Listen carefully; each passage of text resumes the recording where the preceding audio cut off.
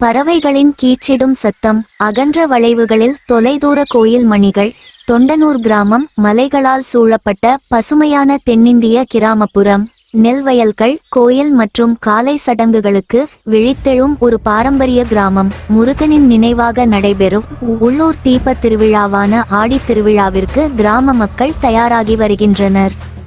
வீரன் ஒரு மூங்கில் கோலுடன் பயிற்சி செய்து விரிசல் அடைந்த கோயில் கற்களுக்கு அருகில் சிலம்ப அசைவுகளை செய்வதை காணலாம். அவர் சட்டை அணியாமல் வியர்வையுடன் ஆற்றல் நிறைந்தவராக காணாமல் போன தனது தந்தை விட்டு சென்ற ஒரு சுருளில் இருந்து ஒரு பழங்கால அசைவை பின்பற்ற முயற்சிக்கிறார். அவரது அசைவுகள் திடீரென வெப்பத்தையும் லேசான தீப்பொறியையும் ஏற்படுத்துகின்றன. இது அவரை அதிர்ச்சிக்குள்ளாக்குகிறது.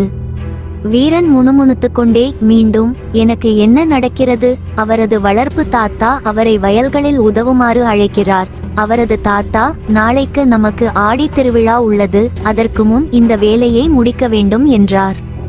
பண்டைய முருகன் கோயில் இடிபாடுகளுக்கு இடையில் ஒரு மர்மமான துறவி துலி ஒரு கல்மயில் சிற்பத்தின் கீழ் தியானிக்கிறாள். அவள் இப்போது விடுவிக்கப்பட்ட நெருப்பு வீரனை உணர்கிறாள். துலி கிசுகிசுத்தாள். அக்னி பாதை மீண்டும் விழிக்கிறது. இது இங்கே தொடங்குகிறது.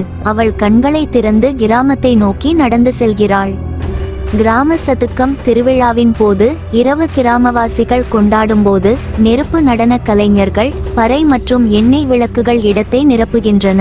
வீரன் தீபந்தங்களை ஏற்றி உதவுகிறார். குழந்தைகள் வண்ணம் தீட்டிய முகங்களுடன் ஓடுகிறார்கள். வீரனின் நண்பர் அவரை கேலி செய்கிறார். இன்னும் அந்த குச்சியை ஆட்டிட்டு இருக்கியா? ஒரு நாள் அது தீப்பிடித்து எரியும், இல்லையா? வீரன் சிரிக்கிறார். ஒருவேளை அது ஏற்கனவே தீப்பிடித்து இருக்கலாம்.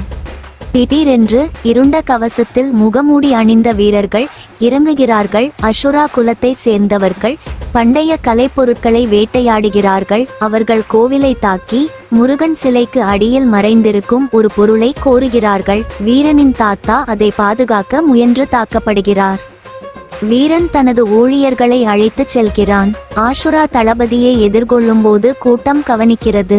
வீரன் ஆத்திரமடைந்தார். நீங்கள் தவறான கிராமத்தை தேர்ந்தெடுத்தீர்கள். ஆசுரா கமாண்டர் கேலி செய்கிறார். ஒரு குச்சியை கொண்ட குழந்தை, நீ என்னை எதிர்க்கிறியா என்று அவன் வீராவை அடித்தான். சண்டை தொடங்குகிறது. வீரன் தப்பிக்கிறான், சுழல்கிறான், தாக்குகிறான். அவன் வேகமானவன், ஆனால் விஞ்சுகிறான். அசுரா தளபதி சிலை அடித்தளத்திற்கு அருகில் மீண்டும் தட்டினான். வீரனின் ரத்தம் முருகனின் கால்களுக்கு கீழே பதிக்கப்பட்ட சூரிய வடிவ நினைவு சின்னத்தை தொடுகிறது. அது ஒளிர்கிறது. பின்னர் அவன் மார்பில் பறக்கிறது.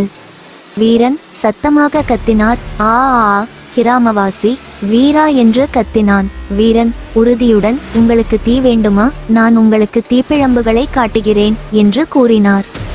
வீரன் தாக்குதல்கள். இந்த நேரத்தில் அவர் தாக்குகிறார். சுடர் வெடிப்புகளை ஏற்படுத்துகிறார். ஒரு சுழலும் தீ வட்டு பல எதிரிகளை தட்டுகிறது.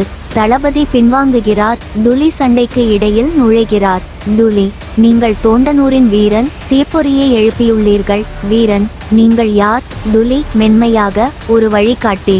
நீங்கள் வாழ விரும்பினால் அக்னி பந்தத்தை பின்பற்றுங்கள். அவர்கள் திரும்புவதற்கு முன் வீரன் அவரது மார்பில் ஒளிரும் நினைவு சின்னத்தை கீழே பார்க்கிறார். எனக்கு என்ன ஆகிறது? எரிமலை கோட்டை. இரவு.